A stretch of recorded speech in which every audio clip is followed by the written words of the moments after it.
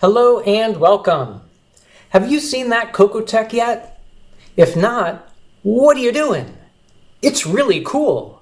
L. Curtis Boyle and Nick Marentes teach us how we can use Semigraphics 12 and 24 from BASIC.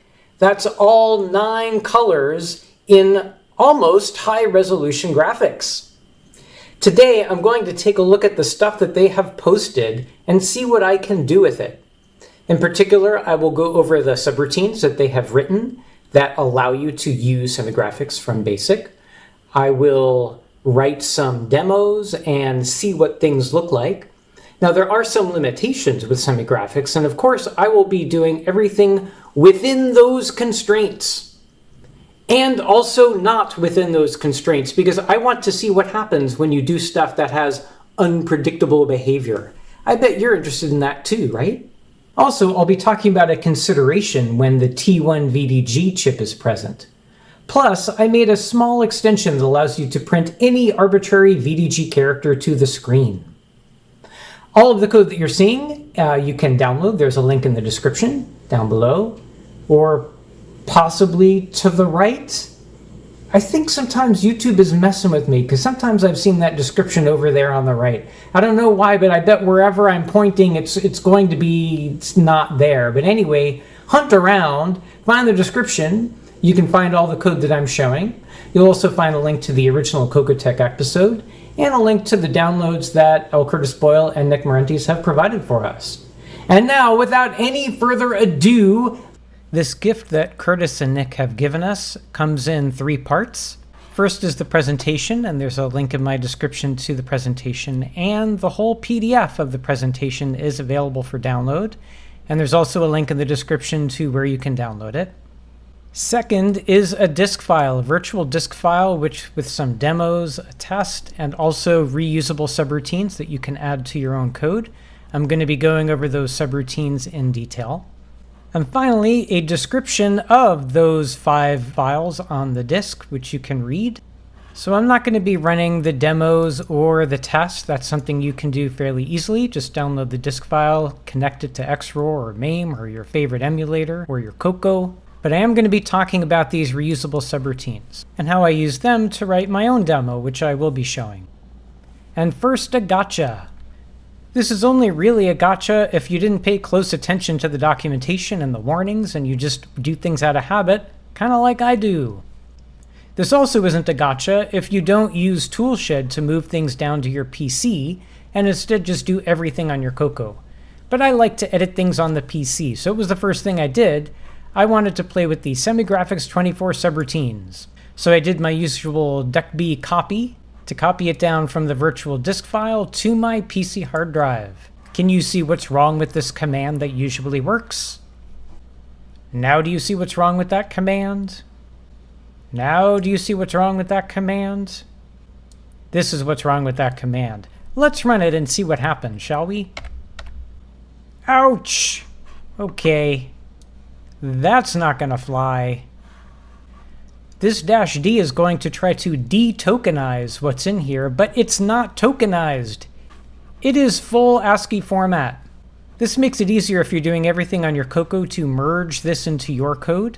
And you could say it even makes it easier if you're doing what I'm doing and doing things on the PC because you do not have to specify -T. You can just do this, and now it's beautifully readable. I'm going to show you a demo program that I wrote using these routines, but first I want to walk through these routines so it makes sense. This upper part is stuff that you would need to put at the top of your code.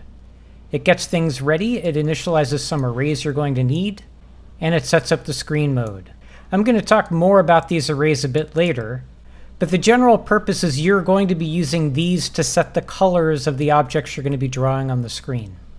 And this subroutine just initializes those arrays. We go to pmode 4.1 because that tells Extended Color Basic to use a display mode that matches the amount of space that Semigraphics 24 takes up. And then some fancy code over here which does the equivalent of a PCLS to clear it to black. Unfortunately, PCLS is not one of those commands that you can use directly. So instead we make a rectangle of black, and then we do a bunch of P copies so that all 4 pages are set to black. Then a couple more fancy things. We prevent color basic from flipping the screen back to the text screen that it loves so much. We set the display mode to be Semigraphics 24. And then for the Coco 3, we do stuff I don't understand.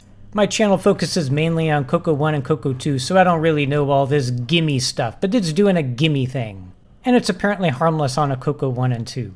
And then inside here would be all of your code. And your code would get to call these subroutines over here. Actually, to be clear, this subroutine is already called by the initialization code. The only subroutine here that you're going to care about is this one, which is what you do when you want to exit. This allows color basic to snap back to that text screen it loves so much, and then that can deposit the user back to the prompt that they're so familiar with. So let's take a look at some example code you can put here to do some magical things.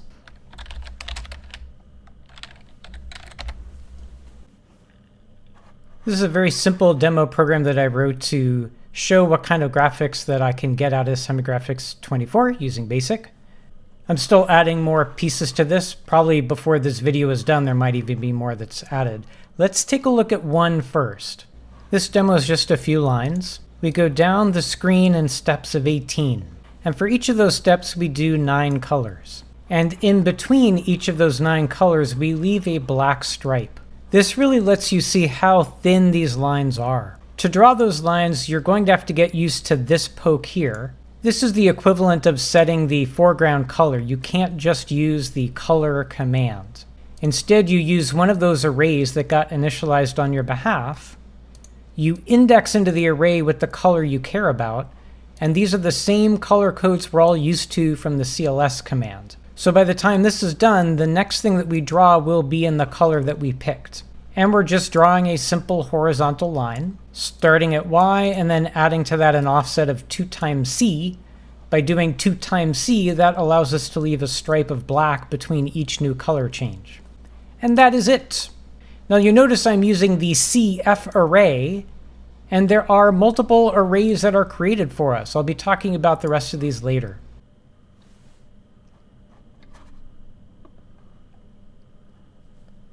So you can see there are groups of 8 colors with black in between them.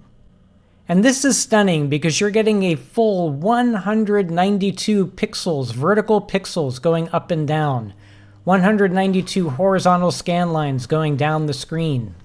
That's like P mode 4 where you have to pay the price and only get 2 colors and maybe artifacts, but that's it. But we've got 9 colors. So just from looking at this, you might think, oh goodness, this is P mode 4 with 9 colors and I can do it all from BASIC.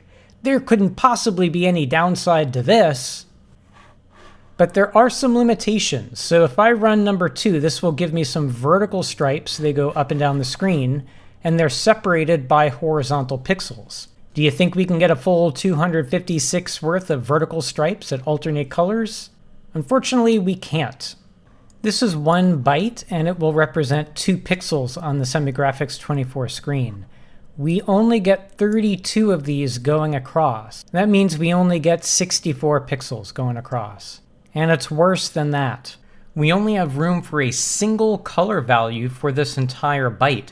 These 3 bits give us 0 through 7 for the color, and these bits just decide if the left pixel will be lit up with that color or will be 0. And this bit tells you if the right pixel will be lit up with that color or will be 0. And that's where all those different arrays come in.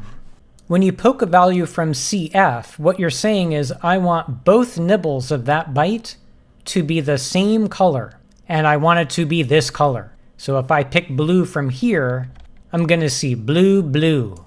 If instead I poke a value from the CL array, then that's saying I only want the left pixel to be this color, and I want to leave the right pixel black. And in converse, this says I'll leave the left pixel black and have the right pixel be this color that I pick.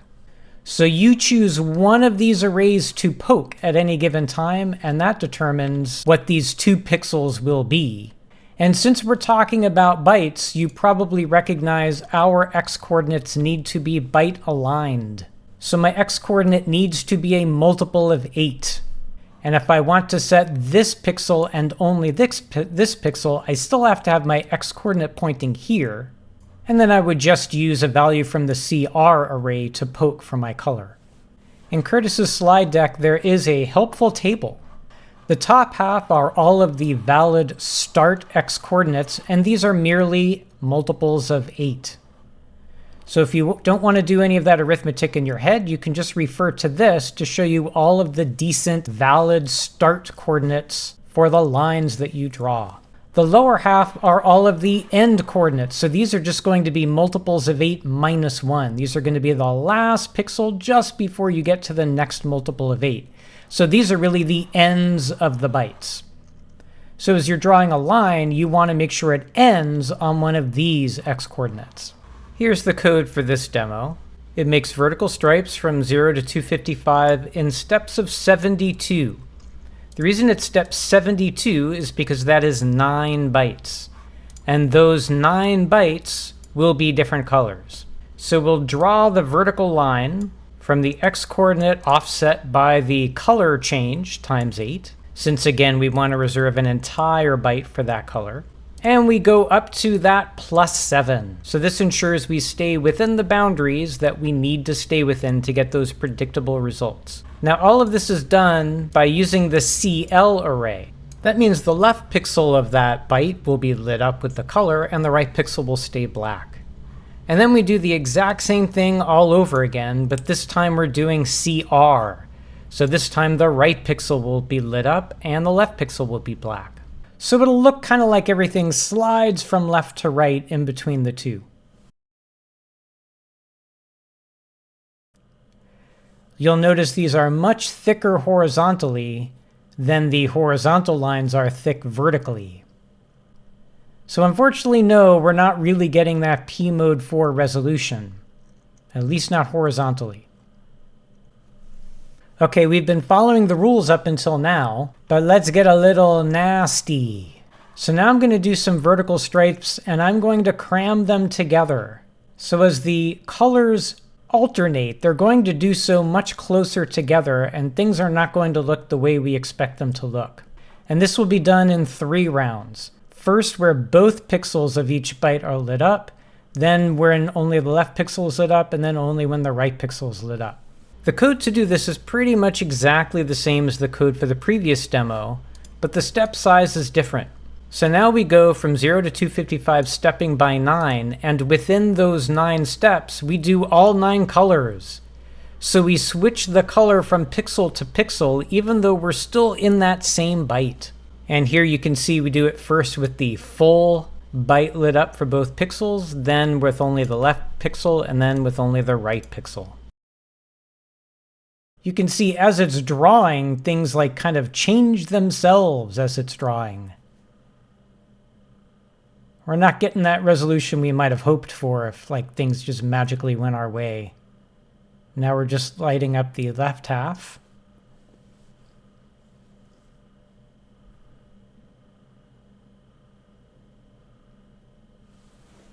And now we're just lighting up the right half.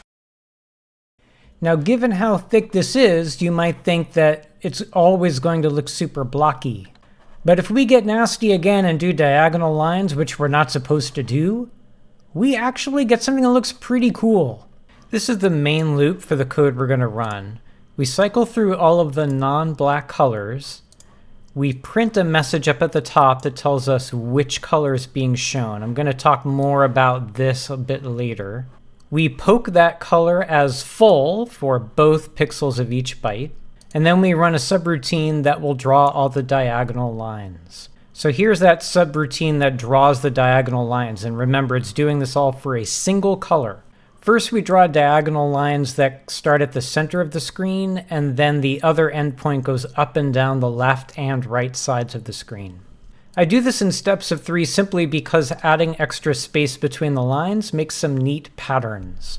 Then a similar loop will again start the lines from the center of the screen, but this time it will go from left to right on the top and bottom of the screen. So we should see a full kind of tunnel effect.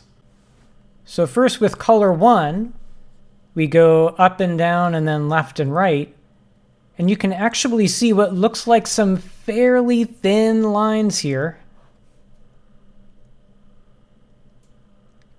Now we're color 2, and it looks like remnants of the first color are left, although I'm not sure if that's the case or if it's just that this color has those colors in it.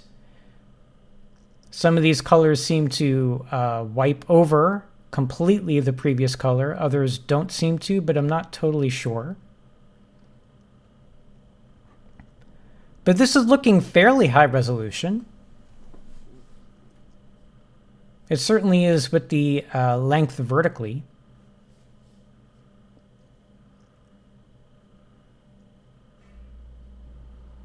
This one's my favorite. Look at all those colors. Oh my gosh, P mode 4, eat your heart out.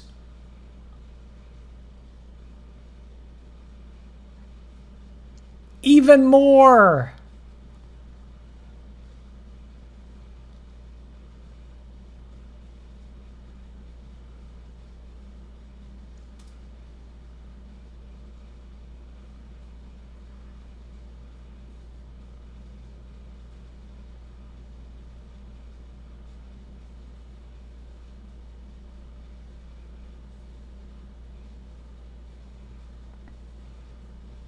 And did you notice all the while we were doing this almost high-resolution graphics, we had text characters on the same screen at the same time?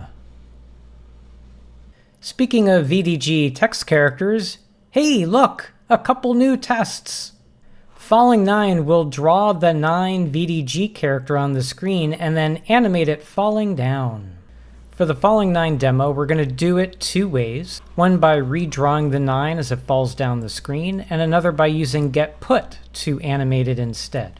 The reason I'm doing it both ways is A, I'm just kind of curious if it will look the same, and B, we are told that get and put tend to be much faster than redrawing everything, so I'm also curious to just look at the speed difference. In order to draw the 9, I'm going to use this array that was given to us in the subroutines, the DG array. I already talked about how up top they already initialized these arrays for us and how this is for the full pixel, left pixel, right pixel. Didn't talk about this. This is for if you want to draw any of the digits between 0 and 9. You poke this instead. Even though a digit isn't really a color, everything is bytes really. So colors are really just bytes of pixels, and VDG characters are just bytes of a particular number that will draw that character. So by poking whichever digit that we want from that array into 178, we ensure that the next box that we draw will be of, quote, color 9, which is a terrible way to phrase it. What it's really doing is ensuring that the bytes that it sets into memory will result in the drawing of the VDG 9 character. So first I draw a label at the top so I know what's going on. I then have this animation loop. I'm going to start it not on a boundary I'm supposed to start it on, but it doesn't really matter because I'm stepping by 1 every time, and so I'm drawing on boundaries I'm never supposed to draw it on almost all the time.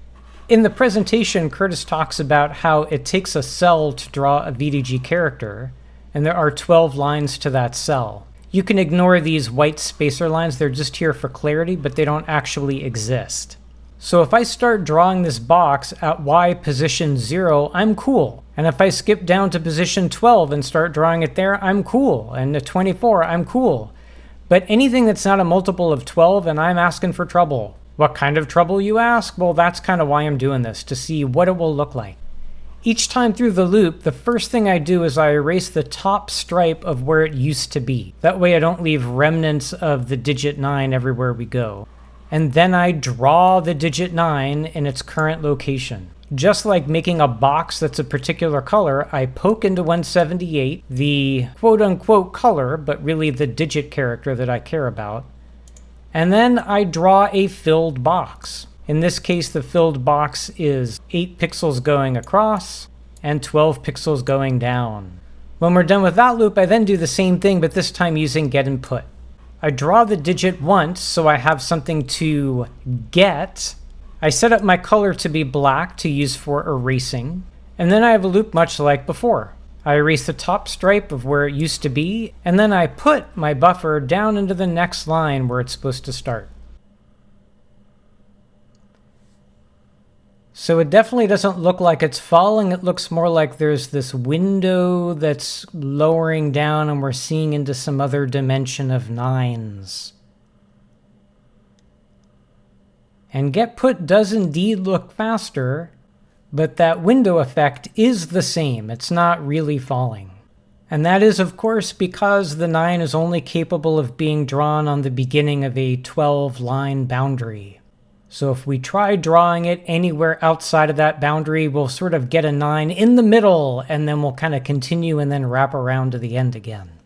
And finally, alphanumeric print test. So this involves also a subroutine that I added and also some code from the original subroutines that I changed ever so slightly. The goal is just to be able to print any string that you give it of alphanumeric characters properly. But before I talk about the code, I will need to talk about the things that I changed. So here you can see we are on the non-T1, as this is a blocky O in the OK.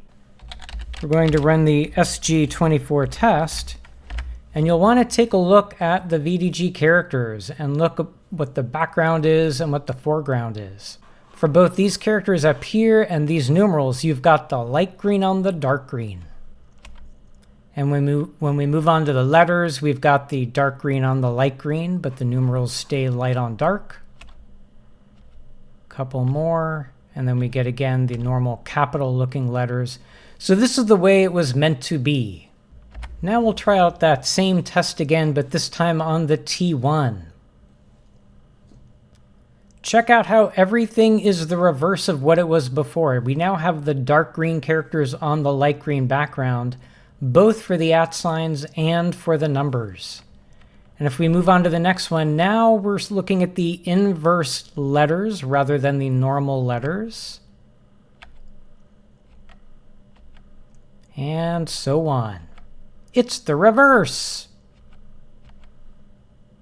The issue comes in here, followed by this. After we set the screen mode using Extended Color Basic, that ends up deciding what value will be stored here. Now 65314 is just hex FF22, which you might recall as the place that you store your values to change the display mode of the VDG. GM0, GM1, GM2 are bits 4, 5, and 6 of that address. And on the regular original 6847, if you're looking at Semigraphics or you're looking at the alphanumeric text screen, it doesn't matter what they are. You can just leave them alone, flip them one way, flip them another way, no one cares. And good thing, because when we go ahead and set things to P mode 3 or P mode 4, they are going to be set in a specific way. So this ends up setting some of those G1012 bits, and this leaves them alone. At least it leaves alone bit 5 and 6. What this mask does is it will reset, it will clear bit 4 and clear bit 7 and leave everything else alone. So GM0 will go back to 0, but 1 and 2 will stay whatever they were. And again, who cares? The 6847 does not care what those bits are when you are in Semigraphics. The thing is that the T1 does care. GMM1 is bit 5, and when that's set to 0, that determines whether uppercase or lowercase will be the green on dark green or the dark green on green. If GM1 is instead set to 1, everything is reversed. Whatever used to be green on dark green is now dark green on green, and vice versa. So in short, on the T1, this will set bits which, when we go back to Semigraphics, will cause the VDG characters to be the reverse of what they would normally be. So the change I made was that. I believe the mask we really want to do is to clear all of the upper 4 bits and leave the lower 4 bits alone. So that's the only change that I made to the existing code. Now let's actually talk about this printing test. The idea behind this test is to be able to print any arbitrary VDG character you want, rather than just the 0 through 9 digits that were given from the canned code. What the test does is it prepares 3 strings. For each one, it specifies the X and Y coordinates where to start drawing the string, and then goes to a new subroutine. So it does that for 3 different lines. And then it does some VDG T1 business. I'll get to that in a bit. First, let's take a look at this subroutine that it uses to draw the string. It iterates through each character of the string, grabs the ASCII value of that given character, converts that ASCII value into a VDG byte value. This is code I just took straight from Unraveled. This is from the ROM putcher routine. And it does some fancy stuff to convert ranges of numbers to where they need to be to convert from ASCII to VDG. Wherever you see something like this is just a way of doing XOR when you don't have an XOR, since BASIC doesn't give that to us. Once we've got a VDG byte, then we need to translate it into a special color value that we can poke into 178. And for that, I'm using this formula. I'm not going to go into how I derived that formula. It's not very interesting, but if there's sufficient interest in the comment section, I can do a short video on how I derived it. But in any case, it just converts from one kind of thing to the thing that we need to poke. Then we poke it, and then finally we draw that character by creating a box, an 8x12 box, with that color value having been poked. Then we advance our x-coordinate to the next character cell, and we continue our for loop up here.